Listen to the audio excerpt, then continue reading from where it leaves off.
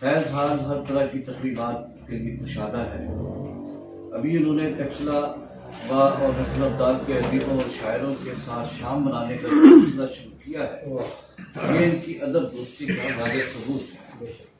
کچھ ہفتوں پہلے یہاں مظہر حسین سید کو ادبی خدمات پر خراج تحسین پیش کیا گیا اور اب فیض ساگر کے ساتھ شام منانے کا اہتمام کیا گیا ہے۔